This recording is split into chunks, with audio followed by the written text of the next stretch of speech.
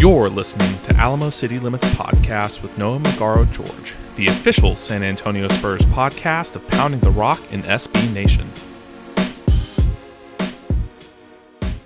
What's going on, Spurs fans? Welcome back to Alamo City Limits, the official San Antonio Spurs podcast of SB Nation and Pounding the Rock. As always, I'm your host, Noah Magaro-George, and that's my co-host, Damien Bartonek. How are you doing, man? Man, I'm doing pretty solid. It's been a wild week and a half for me.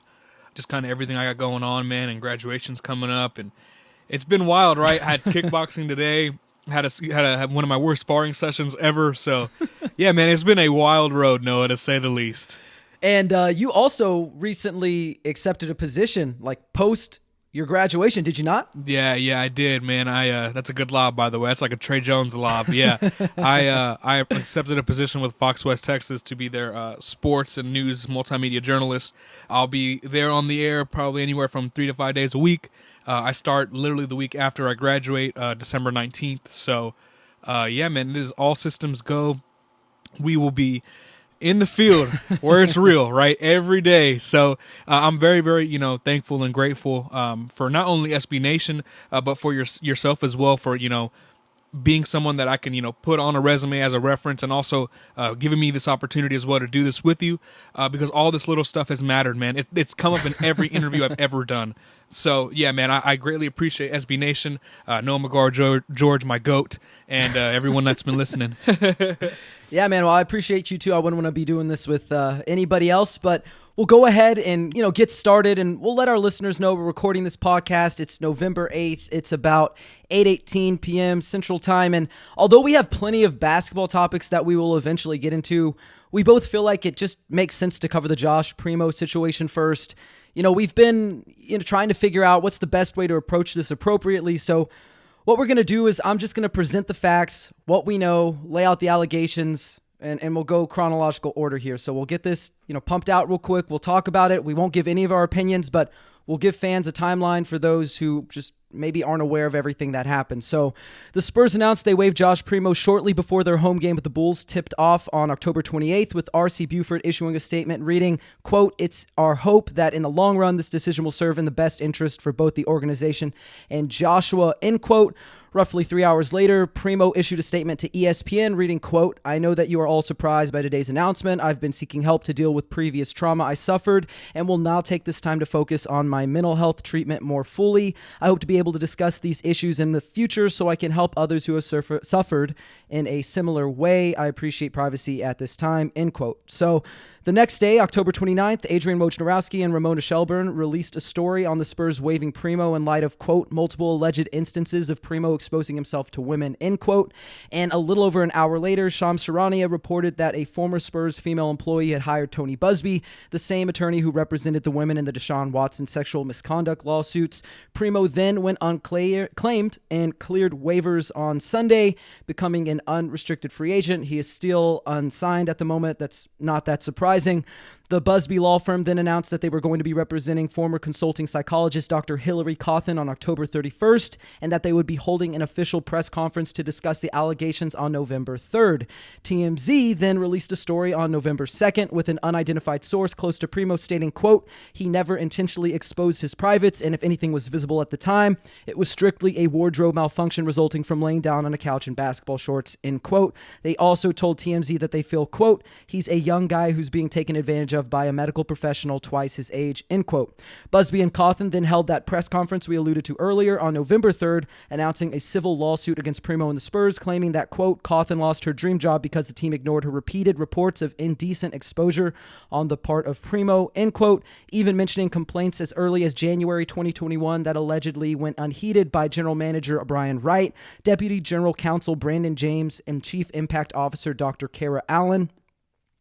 Primo's attorney, William J. Briggs II, responded to that less than an hour later with a statement denying all claims and that Primo is, quote, "now being victimized by his former team-appointed sports psychologist who is playing to ugly stereotypes and racially charged fears for her own financial benefit, unquote. Later that same day, R.C. Buford released a statement saying, quote, "We disagree with the accuracy of facts, details in the timeline presented today. While we would like to share more information, we will allow the legal process to play out," end quote. And then finally, in a pregame press conference on November 4th, Tom Orsborn of the San Antonio Express-News asked head coach Greg Popovich who within the organization knew about the allegations against Primo that started last June, to which he replied by telling reporters, quote, "This is in the hands of lawyers now," end quote, and that he, quote, "stands by the statements that came out yesterday," end quote, and finally that he would only, quote, "add that anyone who has observed the Spurs over a very long period of time knows that an accusation like this would be taken very seriously," end quote. So that's all of the information that we have. So regardless of our personal thoughts on the matter, every adult understands the concept of consent, the difference between indecent and incidental exposure. But like Popovich said, this is going to play out in the courts, so we can only present you with the facts at hand and the timeline surrounding the allegations. And Dame, with that squared away, the Spurs, that's what we're here to talk about, right? We're here to talk about basketball. So the Spurs have played 11 games up to this point, and I think they've really shocked a lot of people. 5-6 start, fairly solid despite a brutal opening slate.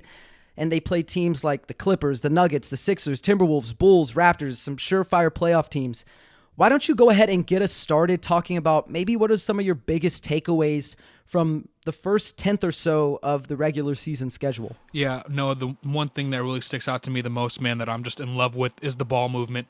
I love the fact that the Spurs, they're leading the league in assists with 29.9 per game, and I think a lot of that is because of guys like Tre Jones, who you and I outlined on I believe the previous podcast, where we talked about how he may not be the exotic filet mignon dish, but like I called him, he's a chicken Alfredo kind of basketball player, and he's just really solid, consistent, no matter where you get it, no matter where it's at. And I mean, he's doing just that, right? 12.7 points per game, 3.7 rebounds, 6 assists per game. He has 13.3 potential assists, and that ranks 13th in the NBA. He's one of the absolute bright spots of this team thus far. Obviously, there are some things that you still want him to do a little bit better, like scoring from the field in general. But I think up to this point, man, you can't really be upset with what he's given you whatsoever. And I know a lot of people had questions about him starting, right? But I think he's shown everyone, no, he belongs. He belongs, at least for this team right now, as their starting point guard, and who knows going forward. He's a very kind of mid-floor option that I really like for this team. One more thing that I'd like to also mention, talking about offensively, well, let's go defensively. They have the league worst defensive field goal percentage in the NBA at 50.8%, and their defensive rating of 115.6. I chalk that up to a lot of just youth. I don't think they're a poor athletic team. I don't think they're a team that's just beaten off the bounce and they just don't have the athleticism to make it up. I just think a lot of it is due to the fact that they're a very young ball club. They're not a really good team defense kind of ball club right now. And I think potentially with time, with a little bit more seasoning, I think they can get a little bit better, because I think they're too gifted athletically to not be playing better as a unit collectively. So for me, man, it's really just Tre Jones, the assists. That's what I'm really loving. And the defense needs to improve, but I mean, if you're the worst in the NBA, it's going to improve, right? You can only go up. Yeah, you can only go up from there, and I agree with you. I think Tre Jones has been an absolute bright spot. If we want to kind of round out the Tre Jones talk, because we don't have to spend a lot of time on him, but one of the things he told media during media day before the season started was he was in the gym, he was working on his three-point shot, getting a bunch of catch-and-shoot jumpers in from the corners, from above the break, straight away, and it feels like you can really tell that he put that work in. Right, he's tripled his volume on threes, more than tripled his volume on threes from a year ago, more than doubled his percentage, shooting 42.3% from three. It's not like a super high volume either. Granted, it's like 2.3 or 2.4 threes per game, but the fact that he's knocking down the shots when he's open, I think that's really big, because otherwise, if you station him in the corner and he's shooting 19% like he was a year ago, the floor shrinks even more. And to me, that's huge for the Spurs. I know that it's not the biggest development, and maybe he's not doing it off the dribble, and maybe he's not doing it off motion, and it's literally just stationary shots. But to me, that's really big for the Spurs team, especially considering who's in that starting lineup. You have Jakob and Sohan, who clearly are not shooters at the moment. So I think that's something that's really big. And the other thing that you mentioned is the defense, right? I mean, like you said, it can only really go up from here. But I also look at them, and I think youth is part of the equation. I also think, Sochan has been asked to guard so many different players, right? We've seen him guard Karl Anthony Towns, Paul George, D'Angelo Russell, Anthony Edwards, DeMar DeRozan. We've seen him guard even Jamal Murray and Jokic in the last game. And, it's great. That's a great test for him. But one of the things that's on his scouting report, we both watched him. He's jumpy. He's a jumpy defender. He's a little overexcited, overzealous. He's a little foul happy. And so you did see, okay, he's contained that initial dribble penetration from like a Jamal Murray, but the second a ball fakes up, he's leaving his feet. And now he's got an up and under, easy for the opponent, right? So I think there are small things like that, small little breakdowns that are going to happen. But I also think, just looking at it, I wasn't really sure what I was expecting, but I just thought with the Spurs kind of implementing a more switch-heavy system this year that maybe we would see them go back to sort of what is the standard in the NBA, which is no middle. Teams don't want to allow middle drives, no middle. And the Spurs have continued to pretty much only allow like straight down Broadway, right? They're number one in terms of their opponents shooting at the rim. Like, the opponents are shooting more shots at the rim against the Spurs than anyone else. And whereas the Spurs last year, they had the second best defensive field goal percentage at the rim, this year it's dropped to 17th. Now it's early, but that combined with having the worst defense in the mid-range so far, I think that's really tough. Those are the two shots that guys are looking to get to, whether that's rolling in the pick and roll, the mid-range shot out of the pick and roll, or getting to the rim out of the pick and roll, right? Like, because it's a pick and roll league. And so you're not able to defend those well. I just have a hard time seeing the Spurs turning it around this season, even if they have personnel and the athleticism to maybe be better than they are right now. Yeah, I would agree too. I think there's a lot of kind of pieces that are involved in that equation that maybe I wasn't giving all of the attention to. But I would agree, man. I think for me, this Spurs team, we anticipated some things, right? And I think them being this poor defensively to start was not one of those things. Although I didn't have them winning very many games, I didn't think they'd be one of the worst, if not the worst, defensive team in basketball. I do want to transition to a quick topic. You mentioned Broadway. I don't know if that was an intentional thing, but that is a street in San Antonio. If you did, that was phenomenal, bro. I literally caught that right now. But I want to talk a little bit about Devin Vassell. Yeah. The Spurs right now, they're shooting 38.4% from three on a franchise record 35 attempts per game. And one of those reasons why is Devin Vassell, man. Devin Vassell, in over 7 attempts per game, is shooting 46% from three. And I don't know about you, Noah, but he's someone that I remember we had a spaces discussion, and I was like, I would agree with I believe it was you and I forgot his name, that Tyrese Halliburton is the better player, right?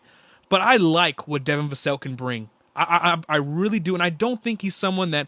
I'm not saying y'all were saying it was the bad or wrong pick or something, but I think what he brings, especially with a little bit of upside there, you can't be upset with what he's giving you, and especially right now, man. I think everything is kind of clicking for him. He's looking nice in the pick and roll. I like him, as a ball handler. I like the shooting. I'm just loving me some Devin Vassell, man. I'm just so happy to see a guy like him really start to blossom a little bit. We are only 11 games in, but I do like what I've seen. 20.7 points per game, 4 rebounds, 4 assists. Noah, are you loving Devin Vassell as much as I am right now? Yeah, and this is probably a little bit of shameless self-promotion, but I've restarted my YouTube channel, right? I'm doing film studies, and my most recent one was on Devin Vassell and his expanded scoring repertoire. It's not like he's exclusively getting these points off of dribble handoffs, coming off screens, catch and shoot threes, maybe like he was a season ago where 80% of his field goals were assisted by teammates. This season, that's down to a hair under 60%. Dame, that's a really big self-creation jump, and we've seen it. He's getting to his spots, not just off of those screens and DHOs, but he's also looking more comfortable as a ball handler. He looks, comfortable operating the pick and roll, whether that's getting to his spot, by snaking the screen, whether that's playing with pace, whether that's, taking a guy off the dribble, even in late shot clock situations, one-on-one. Like, it's not like it's happening every single possession. So I'm not trying to say Devin Vassell is Kobe Bryant or Devin Vassell is Devin Booker, or that Devin Vassell is a Bradley Beal or something. I'm not saying that. But what I am saying is you can see the growth. And I think probably you were a little higher on Devin scoring, and you can correct me if I'm wrong, but I think at this point, no matter how high either of us were coming into the season, we were both off base. You know, he clearly put in the work. He's taken bigger strides, and obviously there's going to be a lot of time for him to prove whether this is real or it's just a flash in the pan, but I'm going to go ahead and bet on it being real because it looks right. I mean, there are definitely, is he going to shoot 46% from three all year? Probably not. Like that, probably not. Has he knocked down some really difficult shots that are maybe not the best shot to be taking, or maybe even like a really difficult shot that has a low probability of going in? Sure, but he's also missed a handful of really easy shots. Credit where credit's due. Devin Vassell has looked really good, and we'll talk about Keldon in a second, but I did want to point this out because I think Devin deserves his flowers. Right now, he's on pace to make 267 threes. Dame, if you had to guess, what do you think the previous franchise record was? I mean, it's on the rundown, but if you haven't looked already, what would you guess that number would be? Yes, 190. Yeah, basically, right? You almost hit it. Yeah, lucky, right? Lucky guess, but 191 from Danny Green in 2015. Dame, that was a record set 6 years ago at the beginning of the sort of pace and space movement. Devin Vassell has a chance to absolutely hit that record out of the ballpark, right? 267 threes. That's if he plays every game for the rest of the season. But okay, he misses a few here and there. Maybe he, his percentage goes down a little bit. But I would go ahead and put money on Devin Vassell making at least 200 threes this season if he plays in a majority of the games. The shooting is real. It may not be 46% real, but it definitely can be in that 38 to 42% range. It looks legit. Yeah, no, it's definitely real. And you are also correct that, especially with his off the dribble stuff, I thought it was kind of like we'd see like a plus version of Michael Bridges, which is not a ultra dynamic scorer, right? But we're seeing some kind of flashes of him being a dynamic kind of creator off the bounce, and I'm really, really encouraged with that. You mentioned Keldon Johnson. Now, you said Devin Vassell has a chance to break the record. So does Keldon Johnson. Keldon Johnson, on what is it? He's shooting on 9 attempts per game, 42.7% from three. And I will say this, I was, not to say skeptical, but I didn't know how much better the shooting could get, right?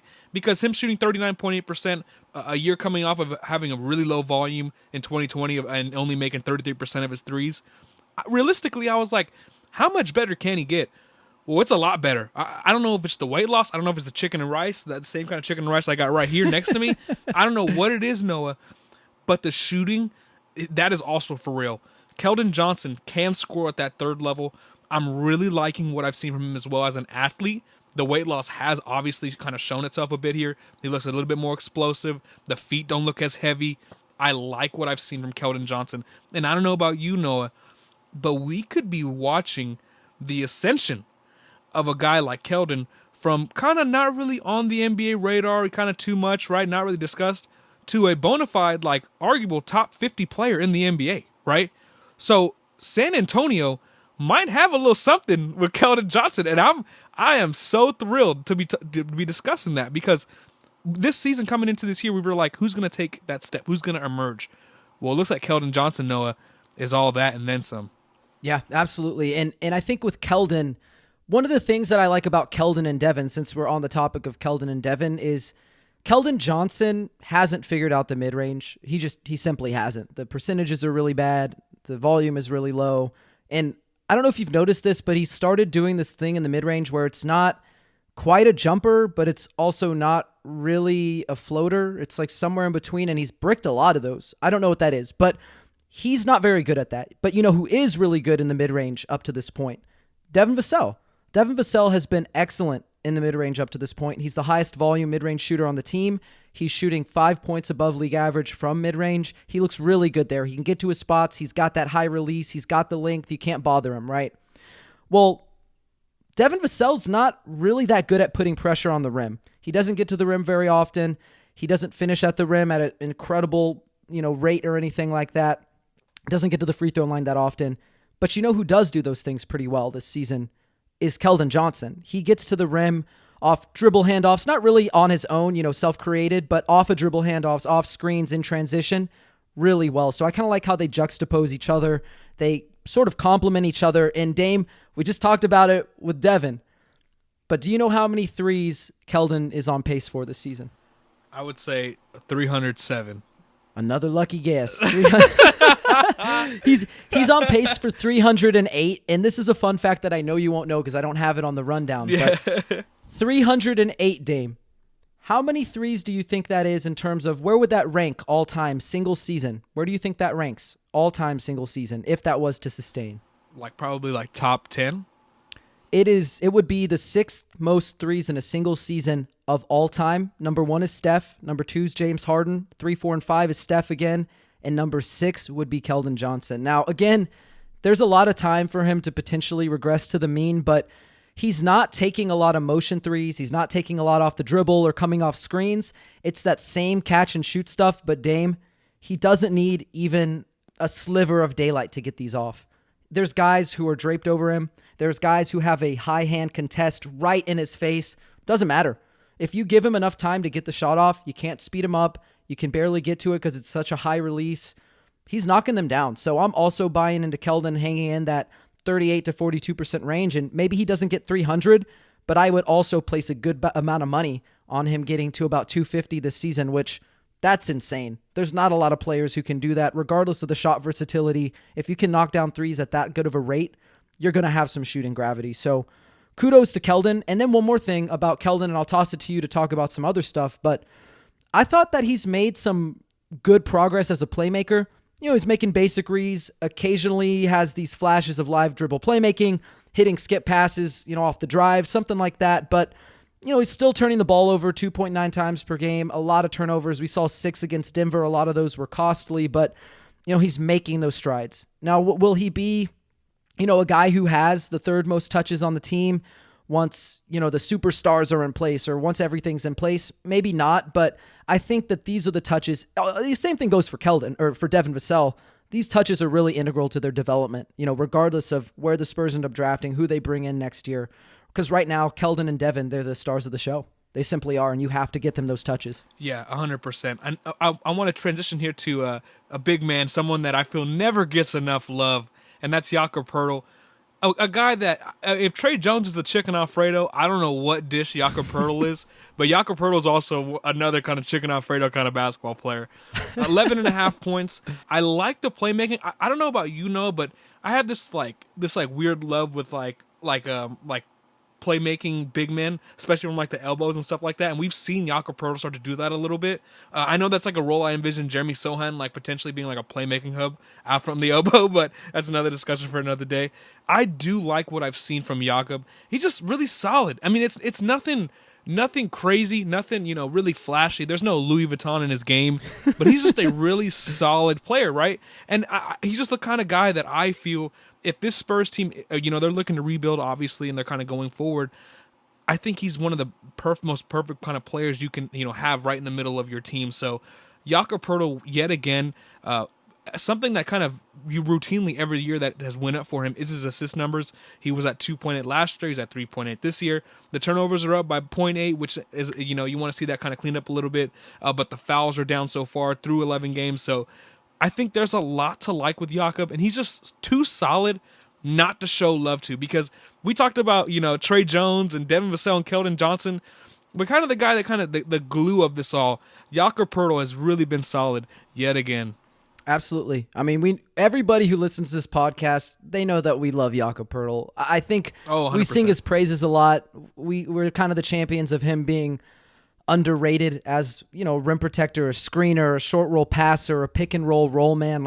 He does so many things well that it's easy to kind of forget that he may not be a superstar, but that he's integral to what this team does. Whether or not you're competing or you're trying to develop young players, he does it all for you. He may not shoot the ball. He may not be a good free throw shooter. He may not really be able to put the ball on the floor, but man, he does really everything else at such a high level that it's really hard to look at him and go, this is not a top 10 to 15 center in the NBA. Now, one of the things you did talk about, right, is the passing, and we've seen him make more passes. He's been more involved as a facilitator from the elbows, 51.1 passes per game, 62.8 touches per game. Both of those are second on the team. There's a very clear effort for him to be a facilitating hub. And I know you mentioned playmaking, but I did want to make a distinction because one of the people who I'd been talking to in the spaces that I host, or I try to host a couple of times a week on Twitter, Jesse Blanchard, I think he made this distinction for me, and I think it really is important, right? There are guys who are playmakers, and when I think of playmakers, I'm thinking of LaMelo Ball, I'm thinking of Chris Paul, I'm thinking of Darius Garland. They're guys who are passing people open, who are creating shots with their gravity, right? They're able to see the floor at an elite level. That's playmaking, right? What Jakob Poeltl is doing is facilitating. They got him stationed in the high post or maybe at one of the elbows or on the low block, and he's surveying. He's hitting cutters. He's making simple reads to the next man, right next to him from a pass away. Like you said, not doing anything sexy, but those kind of things that he does as a passer, they're what you need to get this motion offense going. So there are a few things that we can hit on here. We'll save Jeremy Sohan for last because I think he's maybe not a delicate topic for Spurs fans, but he's certainly been a little controversial among Spurs fans. There's people who are, oh, he's not good enough, or, oh, he's been great. So we'll get to him. But I did want to talk about, while we're on the subject of passing, the Spurs, as you mentioned earlier, they're leading the league in assists per game. But Dame, they're also committing a league-leading 17.4 turnovers per game. No Spurs team has been top 10 in turnovers per game in the Popovich era since the very first season he took over. And I don't know that it's going to get much better. We can chalk it up to, oh, well, maybe they're not familiar as teammates. We could make a million excuses, but I truly think it's, these guys are kind of going through their growing pains as passers, as playmakers or facilitators, whatever we want to call them. They're learning on the job. And part of learning on the job, if you're not very good at what you do yet, you're going to make mistakes. So I don't know how you feel about it, but personally, I don't really see them cleaning it up enough to not, I don't think they're going to be the worst by the end of the season, but I don't think they're going to climb out of the bottom 10. Yeah, no, I actually think so. I have a weird thought about that too. So in the NFL, right, if you're going to push the ball down the field, you got to expect to throw some picks, right? And it's kind of the same thing with San Antonio with how often they're moving the ball. Yeah, I expect them to turn the ball over. Not only that, though, like you mentioned, we got to also realize kind of the personnel we're working with here as well, right? I like Trey Jones, and I like Jakob Poeltl, and I like these guys a lot, right? But these are not, even guys like Luka Doncic turn the ball over. But you get what I'm saying. There's different levels to, playmaking and offenses and stuff like that where, it's kind of what you got to expect when you're dealing with a young team that still has a lot of room to grow, but also isn't, the caliber of player that, I just mentioned, right? So there's obviously levels there. And you said, too, like, there hasn't been a Popovich team since the first year he took over to end, top 10 in turnovers, or bottom 10 in turnovers? 10, yeah. Well, another thing that's been crazy, too, that's totally not the Popovich way, is they're taking the 10th fewest mid-range attempts per game at 9.1, and they haven't taken less than 13 since, they started tracking that data in 2010.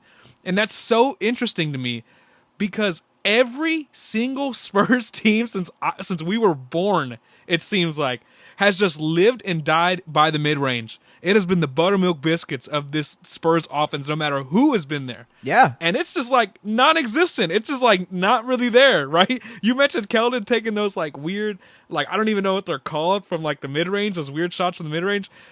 That's like really the bulk of the action that part of the paint or that part of the floor sees from San Antonio. It's super weird. It's definitely different, but I think Noah, it's what's been needed, and I think it kind of fits this personnel quite well. No, I agree with you, and it is weird to kind of like go back down memory lane and, first it was Tony Parker, with that lethal mid-range jumper, then it's Kawhi Leonard, then you can go to DeMar DeRozan and LaMarcus Aldridge era, and then it flowed into DeJounte Murray era, and then once you moved off of him, and he was, the fourth highest volume mid-range shooter in all of the league a season ago, now you don't really have anybody except for Devin Vassell who's particularly comfortable operating from that range, and he's still learning.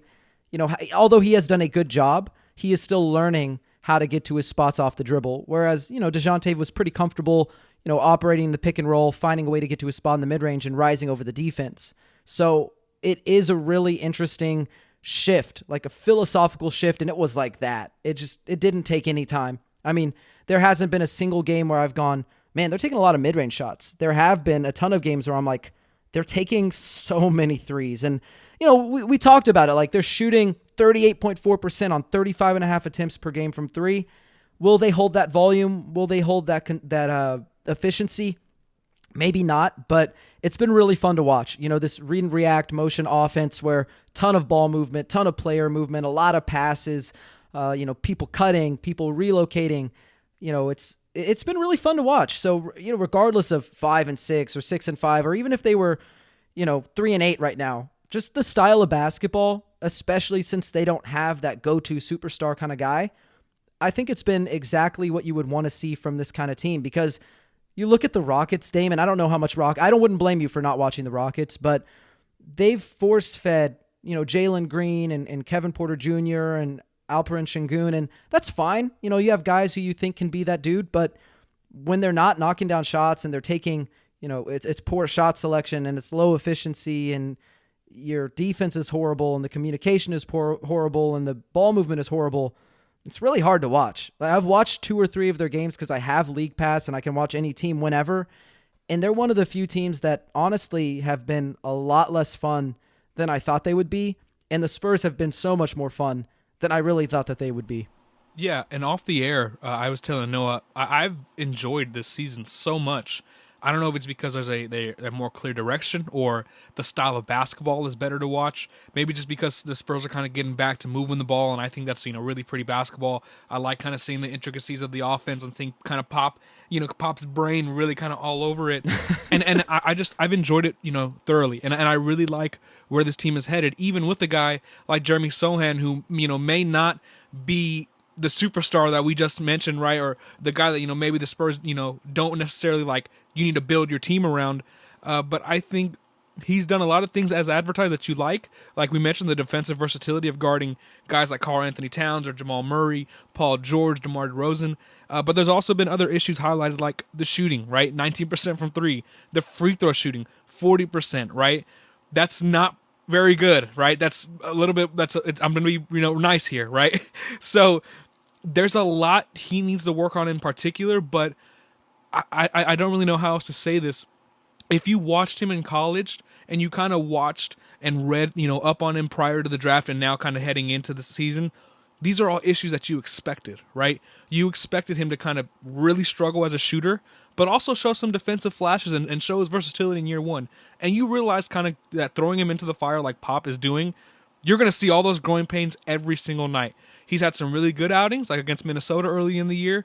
He's had some really bad outings, right? So I think you've seen the up and down kind of roller coaster ride.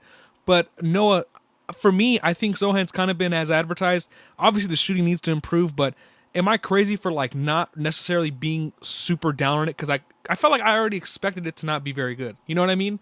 Yeah, and I think exactly what you said. If you watched him play at Baylor, you read the scouting report, you understood why they drafted him. They drafted him as a defensive specialist, someone who has positional versatility, can potentially guard, 1 through 5 or, at the very least 2 through 4.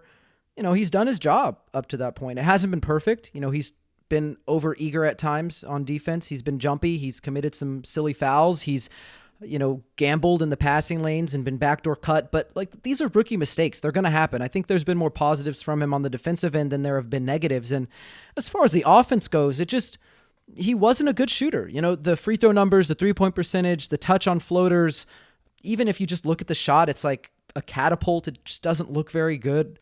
Those were things we knew coming into the season. This is not a surprise for anyone who was aware of what Jeremy Sohan was at Baylor. So I'm happy with what he's done. One interesting thing that I'll toss in here for Jeremy Sohan is I think at a certain point, you can hit the panic button maybe like 3 years down the line if this is what his stat line looks like still. But this is year one, and he's playing next to Jakob Poeltl, who also does not space the floor. He's playing next to Trey Jones, who has spaced the floor to this point, but is not a particularly versatile or high-volume floor spacer. So you look at him, the beginning of the season, teams were covering him from 3, right? They were like closing out on him. And it was like, did you read the scouting report? And over the last 3-4 games, they're standing far away. They're fine to hang out in the paint, let him shoot it.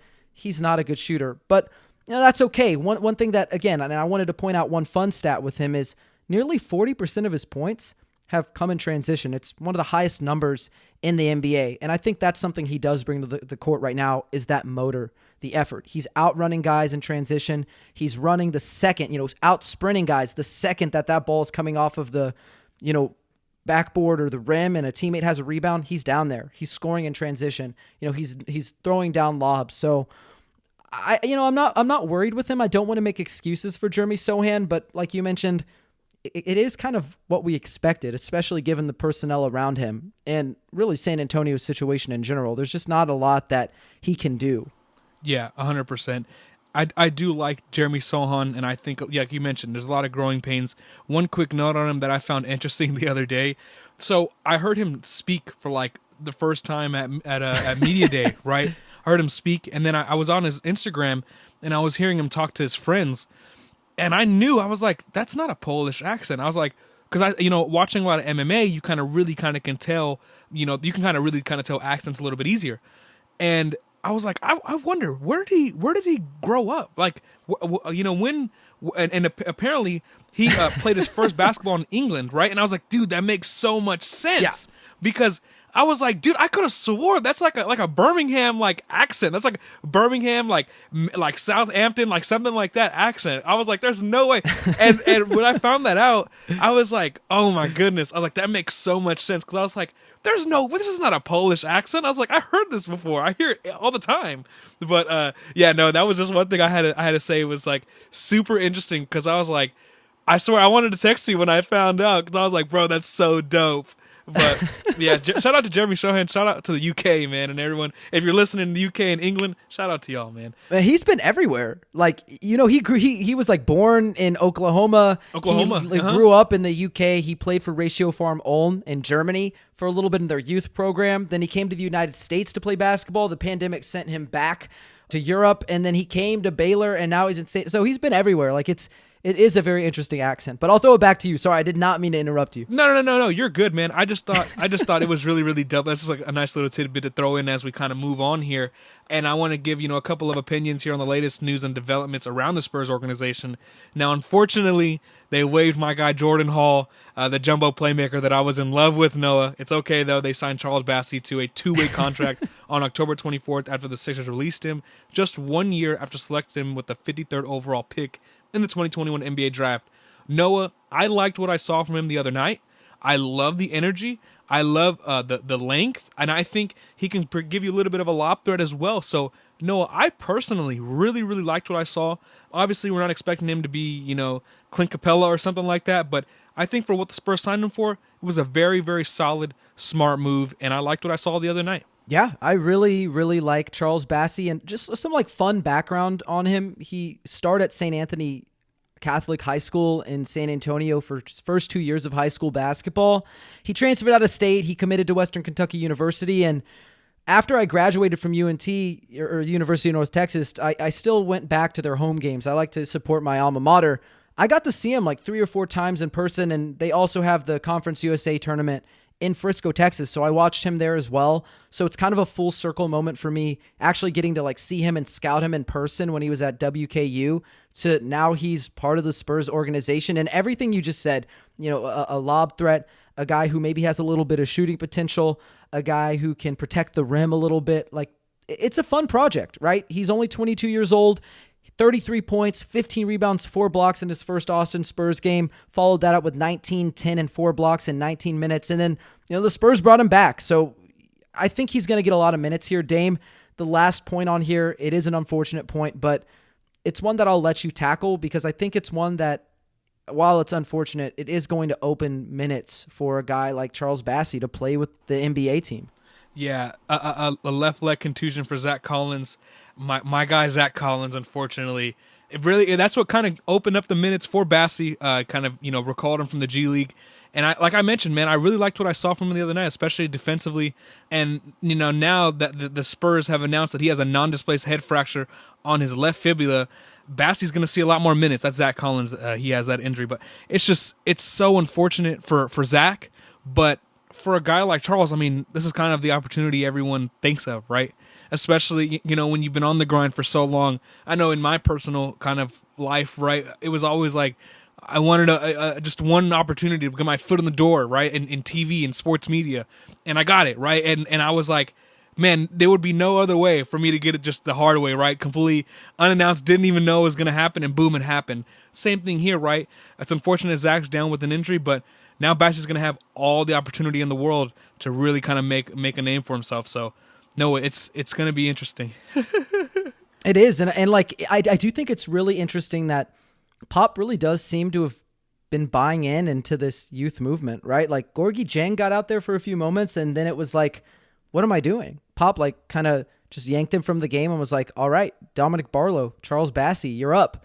And again, now that Zach Collins is gone for a little while, it sounding like at least a month, this is a huge opportunity for Bassey. So really excited for him. I hope he makes the most of it. Unfortunately, there's just been a lot of injuries, whether that's, Doug McDermott with the latest knee contusion that he had that's going to possibly keep him out of the next game. But one that was really big for the Spurs is Blake Wesley. He's out indefinitely with a grade 3 MCL sprain after a knee-to-knee collision with Jaden McDaniels. And man, that thing is going to keep him out, at least according to Tom Noy of the Notre Dame Insider, 6 to 8 weeks.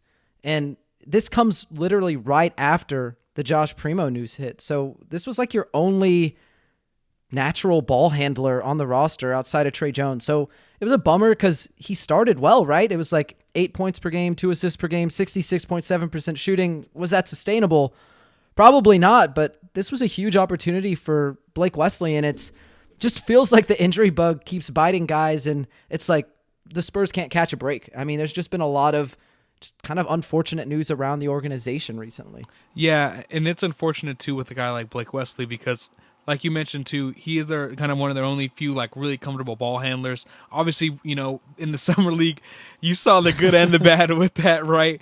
But he's also a really athletic guy, and so with these injuries like an MCL sprain and stuff like that, I'm really curious to see how he looks post kind of injury and after kind of healing and everything like that, because you don't want to rush anything like that back, especially with the Spurs not playing for anything this year.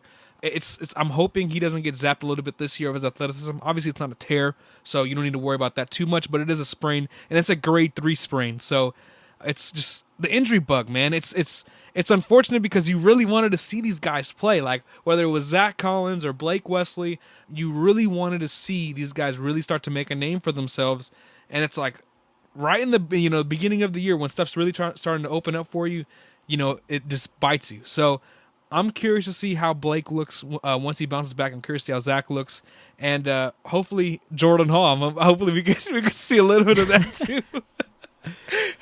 and yeah, I guess while we're on the topic, we talked about Jordan Hall being waived, but the Spurs turned right around. They opted to bring back a familiar face. They signed him. So first he was on a 2-way contract, and then they were like, you know what? We're bringing you in on an NBA standard deal. Now it's 1 year, non-guaranteed, but he's on the roster. He's played in a couple of games. Look, Dane, we talked about it during Summer League, during preseason, 2.3 points on 24.2% shooting. Just didn't look comfortable off ball.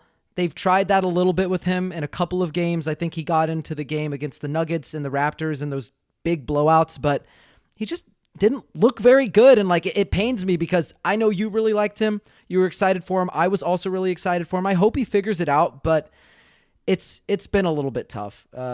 I would be lying if I said it hasn't looked rough for Jordan Hall. And I'd love to see him get the ball in his hands a little bit more, but let's be honest, unless you're like a DeJounte Murray level player, the Spurs have already pretty much come out with the way that they've played this season and said, yeah, we're spreading the wealth. You're going to be part of the system. You're not the cog of the system. Yeah. You're just part of it. Yeah, exactly. So I just don't see him getting that opportunity, but who knows? Maybe it's early season jitters. He's trying to prove himself. Maybe he's pressing. That's what I'm hoping, but just hasn't looked really good on either end, to be honest. Yeah, I would agree with you, man. And I think a good way to kind of start to wrap this thing up a little bit is I want to talk about San Antonio's upcoming contest with the Memphis Grizzlies. Man, Ja Morant, if there's one guy, no Magaro-George, that I will make sure that you, the term is box office, right? He's box office. Ja Morant is all that and then some. And last year against the Spurs, he averaged 41, 6, and 6 on over 64% shooting. I'm sure everyone remembers. I was there for one of his baptisms. I believe it was the game in February or March. The 52-pointer. Yep. Yeah. It's just, he's special. He's a guy that Now, I did record Trey Jones getting dropped off for a three. So Tre Jones is going to obviously have his hands full again tonight. Hopefully, maybe we can see some Jeremy Sohan minutes on him defensively. I would like to see it. I think it'd be interesting. I don't think he's going to, stop John Morant, but I still want to see it. I think it's going to be an interesting little matchup.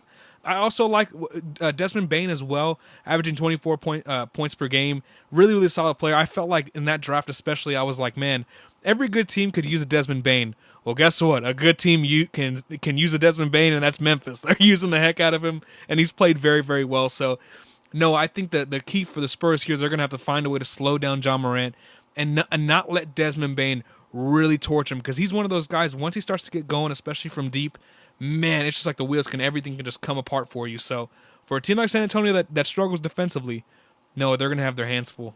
Yeah, and those are the two biggest things to watch for, right? If you're a Spurs fan, those are the two things, two guys in particular. Dame talked about it. John Morant absolutely sunned the Spurs last year. Like, there's no way around it. He did. He owned them. There was no ifs, ands, or buts, right? It was domination. It wasn't close. He shot 64.5% while averaging 41 points per game. It was ridiculous. And I'd love to say, it was a fluke. No, he didn't score less than 30 points in any of those matchups. He just had their number, and they don't really have anybody to stop him. So we'll see what happens there. Another thing that I thought was interesting, we talked about Keldon being on a heater. Desmond Bane is on pace for 316 threes this season, which, I don't know that will sustain, but he hasn't shot below 40% in his career from three. He looks legit. I don't know, man. It's going to be really tough, but I think one of the things that could really determine the way that this game goes, Grizzlies, they're fifth in points in the paint this season, 54.4 points per game in the paint. San Antonio is second to last in opponents' points in the paint. It's 57.1 points per game that they allow there. And just looking at their style of play, they love to get to the floater, especially John Morant, especially a guy like Desmond Bane. Even guys like Steven Adams love that little floater. And they also love to get to that short mid-range shot. And I just don't see the Spurs stopping them, because those are two of their worst areas defensively this season. So it feels like one of those matchups that the Spurs are not entering this in a very favorable way. So we'll have to see. Are there any things that stand out to you? Because those are three of our five. We still have two, but which one do you want to take? Yeah.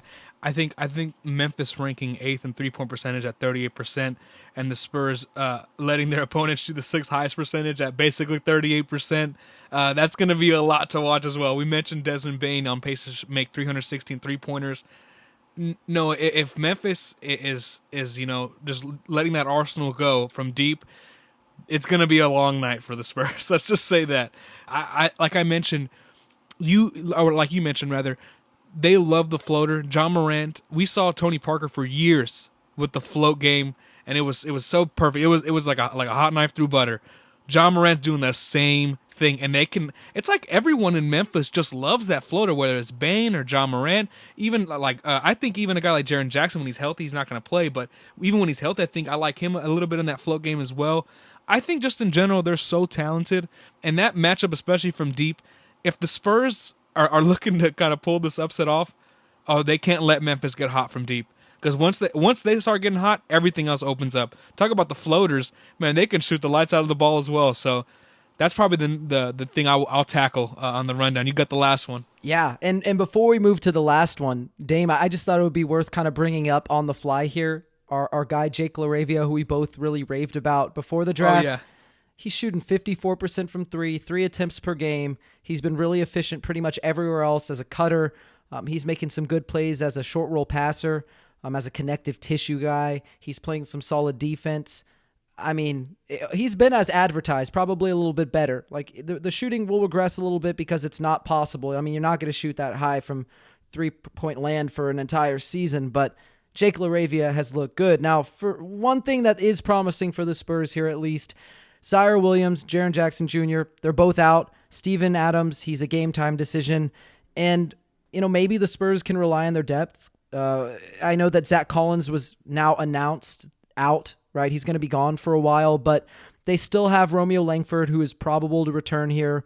They have pretty much the rest of their roster outside of Zach Collins and Blake Wesley. So I'm trying to be positive here. I don't expect the Spurs to win this, but at the end of the day, Dame, I don't think it's about winning games. It's about being competitive, for 48 minutes. And if you lose, hopefully you learned lessons and you experimented and you grew in that game.